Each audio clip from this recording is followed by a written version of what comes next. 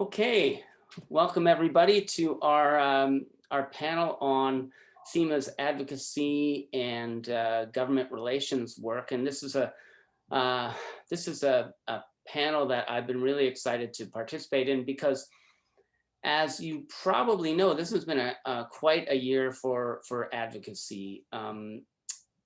Obviously, we've had this pandemic, and with the pandemic came quite a lot of activity, not just with CIMA, but throughout the arts and culture sector around pandemic supports, which we saw and are still seeing. The CERB, the CRB, the wage support, the rent support, that all of that came together through a confluence of voices throughout our sector and others.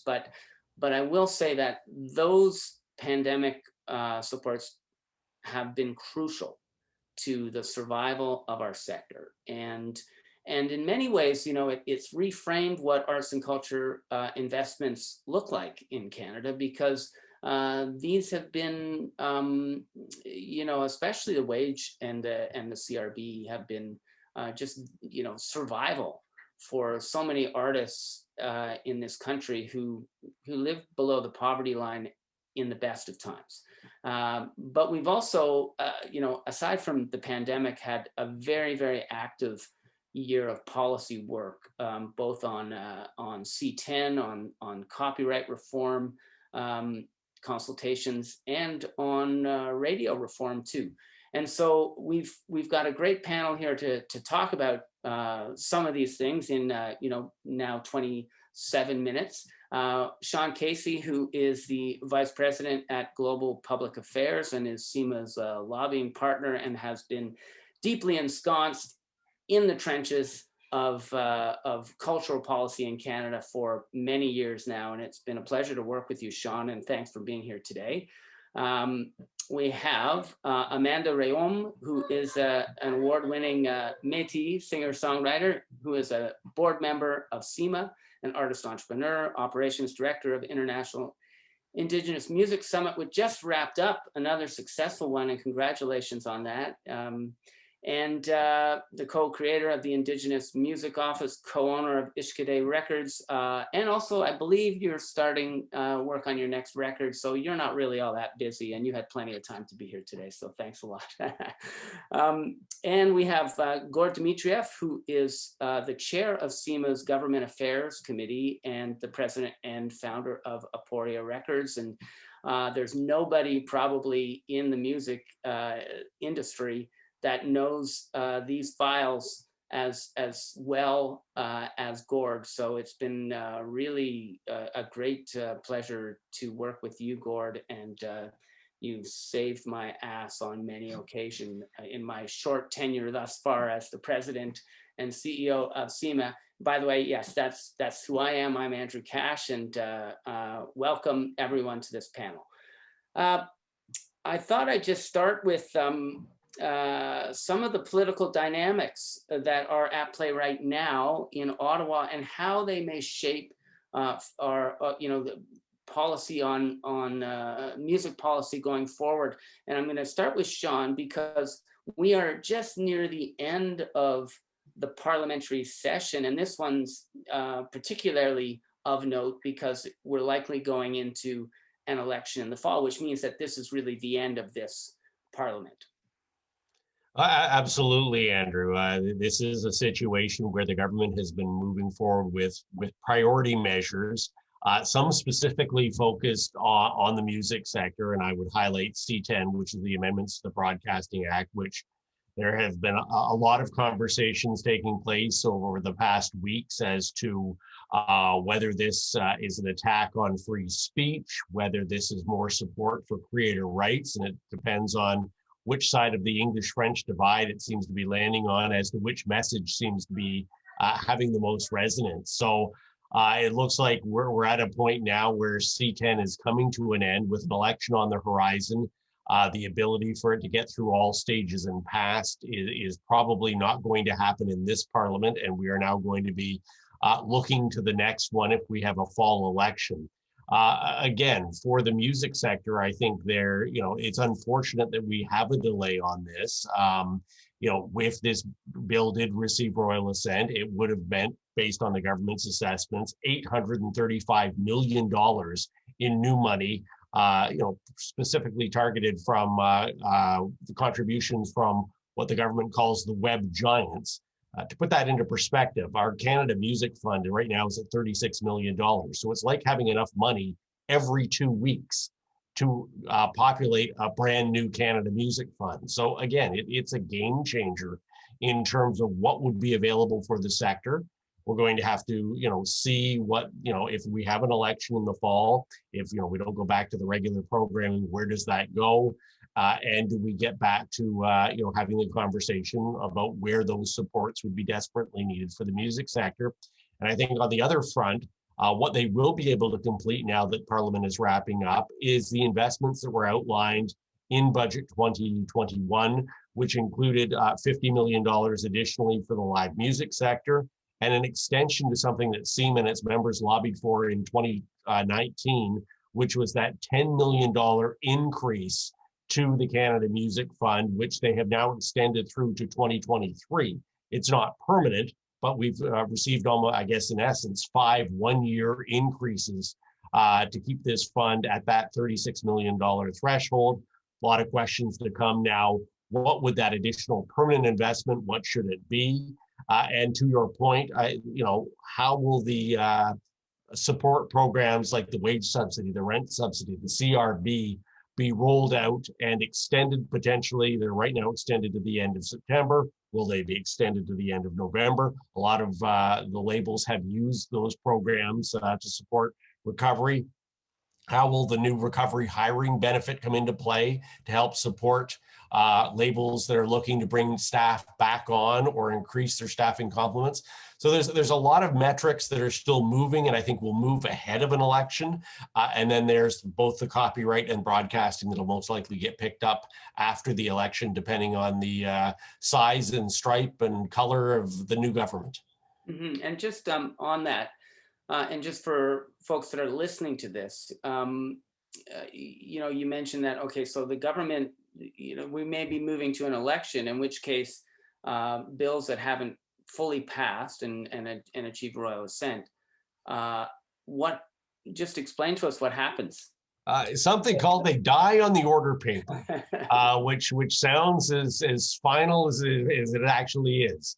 So what would happen with a bill like C10 that will have gotten to the point that it is leaving the House of Commons and getting ready to go to the Senate? It has to go back to square one with a new government. It'll be introduced. It wouldn't be C10 anymore. It'll be a new designated number. It was a bill that had, even at committee stage, over 100 amendments. So it wasn't a perfect bill. I think, Andrew, when you appeared before the committee, you echoed those sentiments.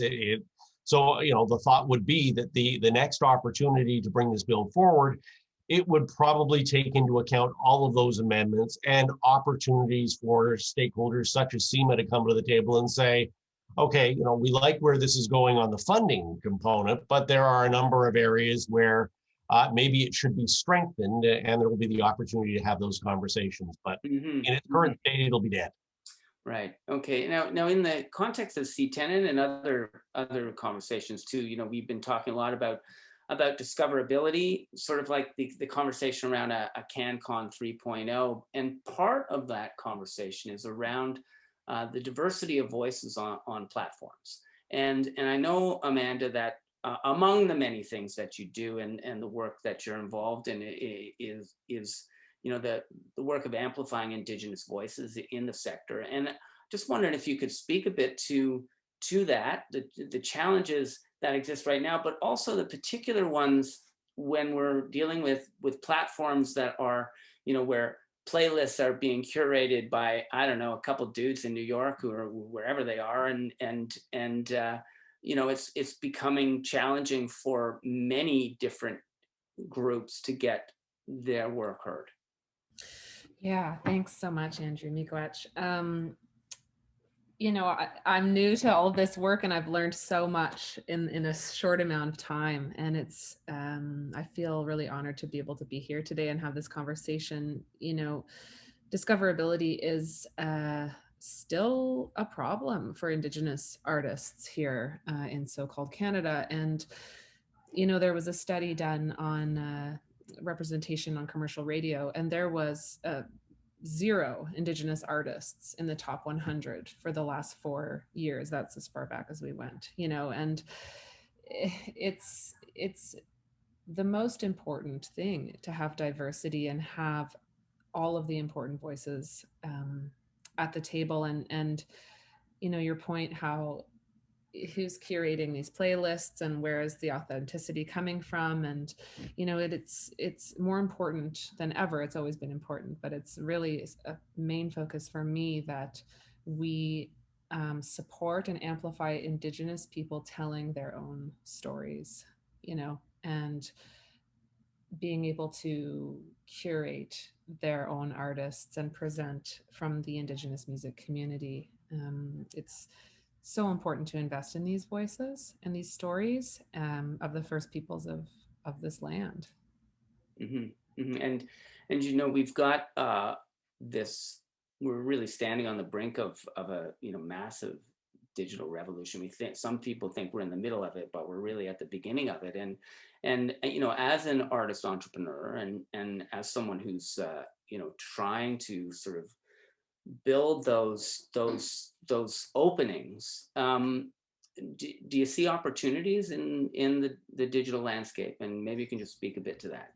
Yeah, definitely there's been a shift starting. You know, I've had wonderful conversations with all of the DSPs at this point, you know, and it does seem like they are interested in making sure that the curation and there's more opportunities. And you know, we're still at the baby stages of this, in my opinion.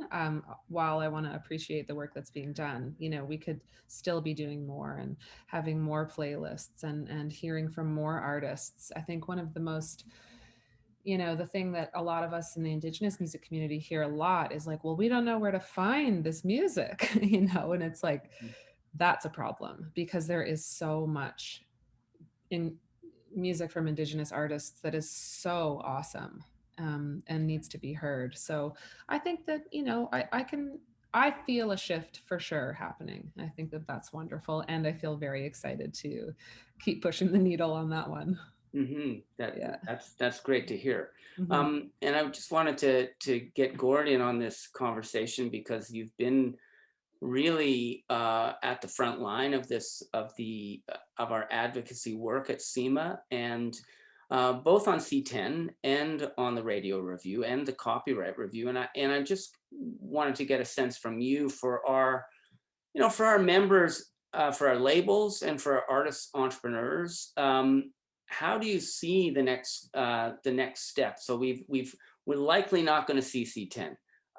We've worked hard to try to get that through.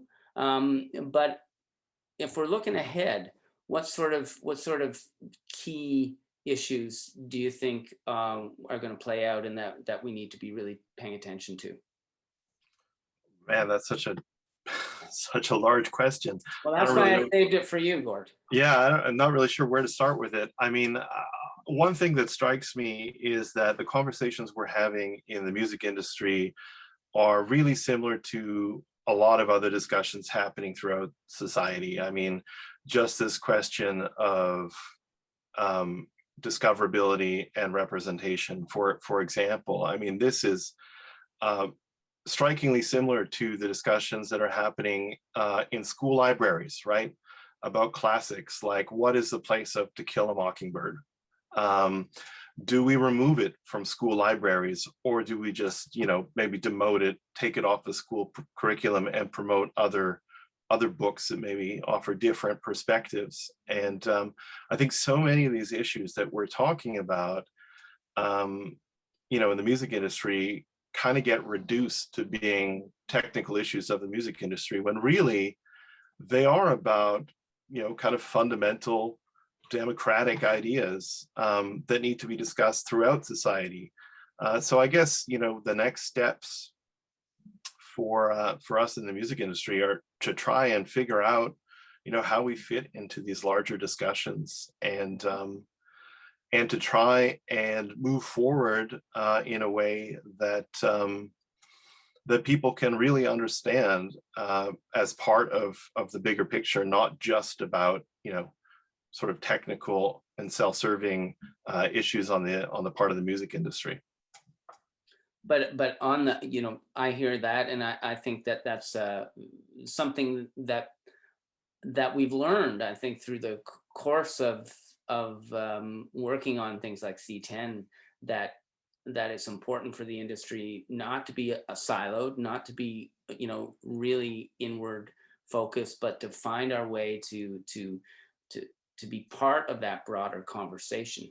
But, you know, as someone that spent, you know, 25 years on the road and in studios, and I know that, you know, Amanda probably would resonate with this, is that, you know, that the music sector, and particularly the indie music sector, and particularly the artists, we've always sort of been the runt of the arts and culture litter, and yet we generate a lot of revenue, a lot of GDP, tax revenue for governments.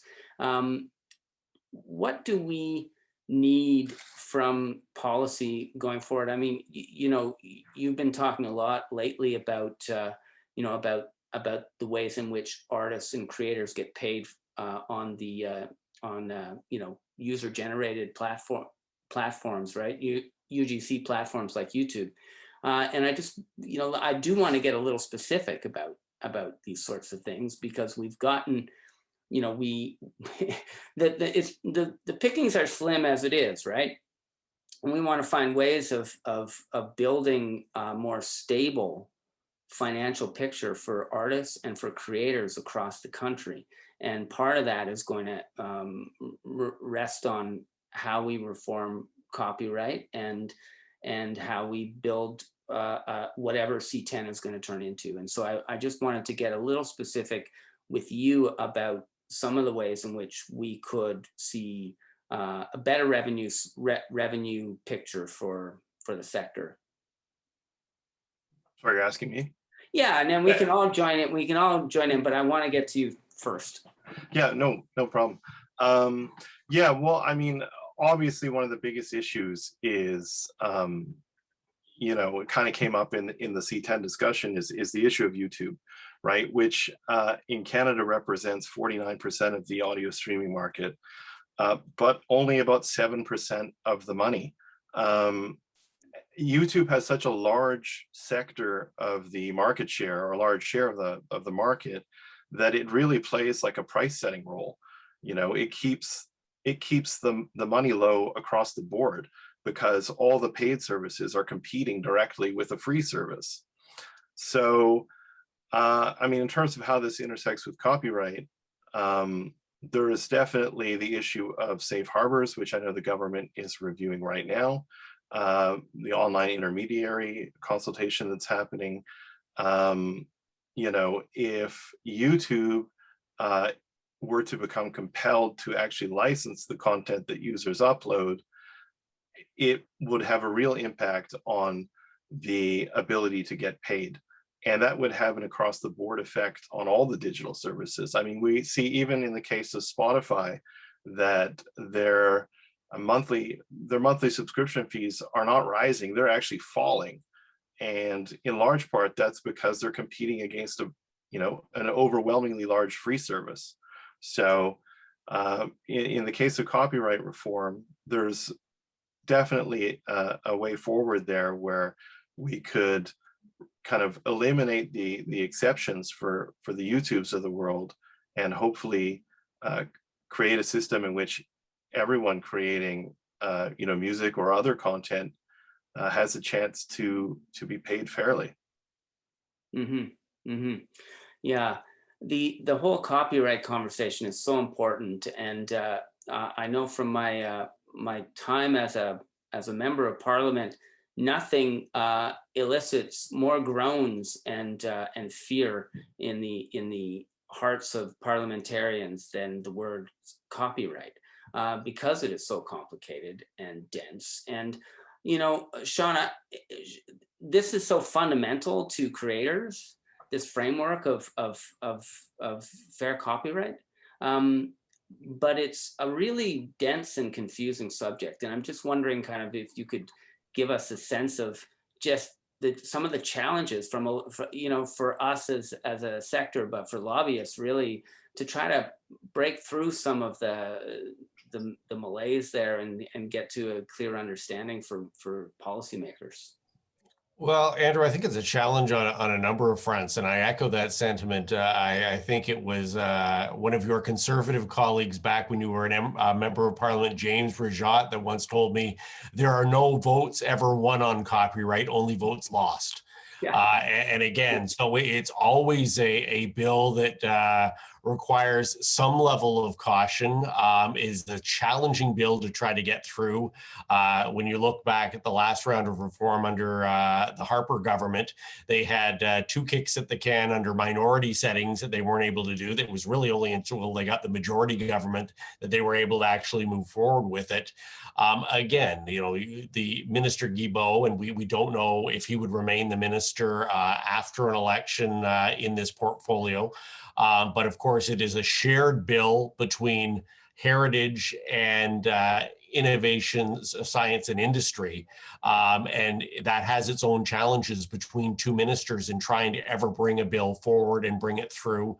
You know, we did have 2 committees during the last parliament do substantive reviews and give reports on where they would see these go. And again, there were a number of measures that CIMA and its members had put forward, whether it ranged from private copying to the $1.25 million broadcaster exemption, changes to sound recording, you know, expansion on term limits. You know, these are all issues that will still need to be dealt with and move forward. I think the government is going to be using this as an opportunity to find those marketplace solutions, quite frankly, using Broadcasting Act, using the Copyright Act.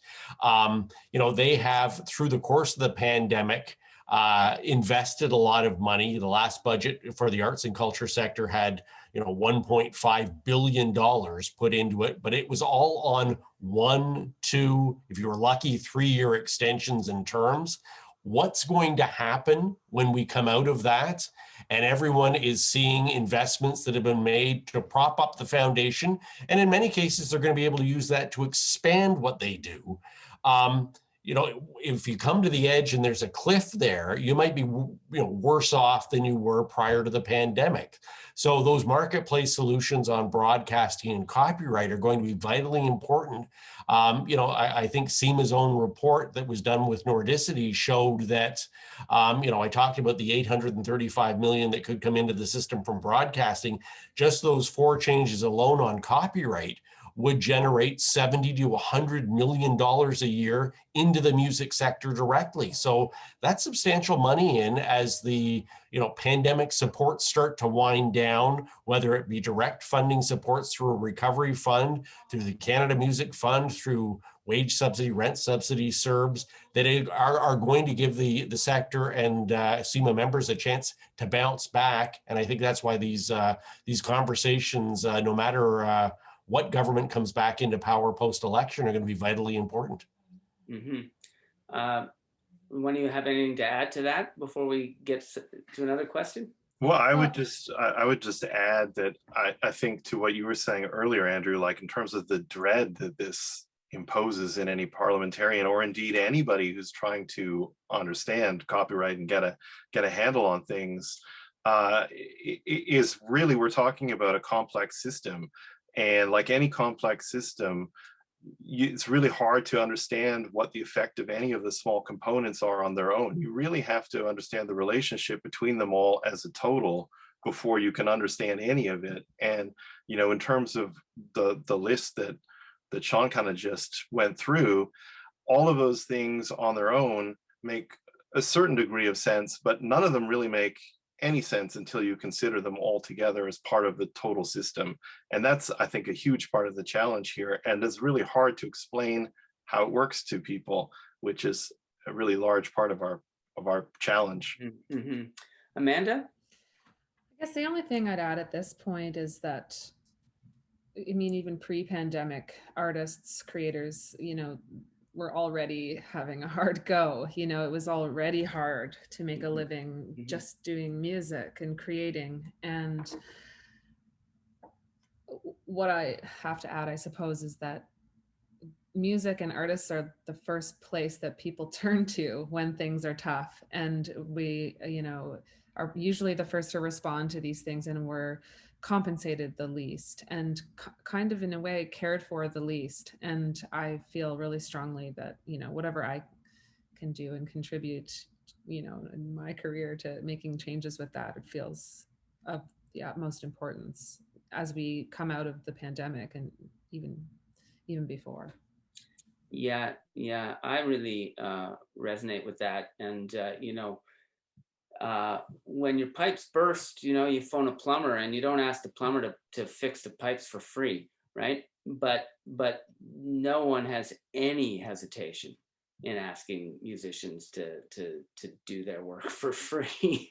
And, you know, in fact, it's starting to get baked right into the system. And I think that that's the biggest challenge, is that, you know, the value of music is consistently being driven down, and yet its importance, and especially during the pandemic, we see how important it is. I just would think, just want to add that, you know, we have an opportunity, because the pandemic has shone a light on just how precarious it is to be in this sector, but how important it is. And I think studies like the one we did and others that show the economic import of the music sector, I think are really valuable. And I know artists don't like to talk about that sometimes, you know, and I get that, but that's part of why, you know, CIMA and the advocacy work that we do, I think, is so vital, because, you know, artists and entrepreneurs like yourselves are busy doing the work, and you know, government needs us to be in their face, and they need to be guided, really. You know, look, this is a complicated business for the most versed in the business. Imagine how complicated it seems for parliamentarians who are juggling 100 other files at the same time. So we've got our work cut out for us. We've got a great team, and a really, you know, really committed and excellent ally and partner in Sean in Ottawa there. And so I'd like to thank you all for being here today. It's been a really wonderful discussion. We could go on for hours, but we only have a half an hour. So thanks so much. Be well, and I hope you all enjoyed this and are enjoying the summit. Take care. Thank you. Yep. Thank you much.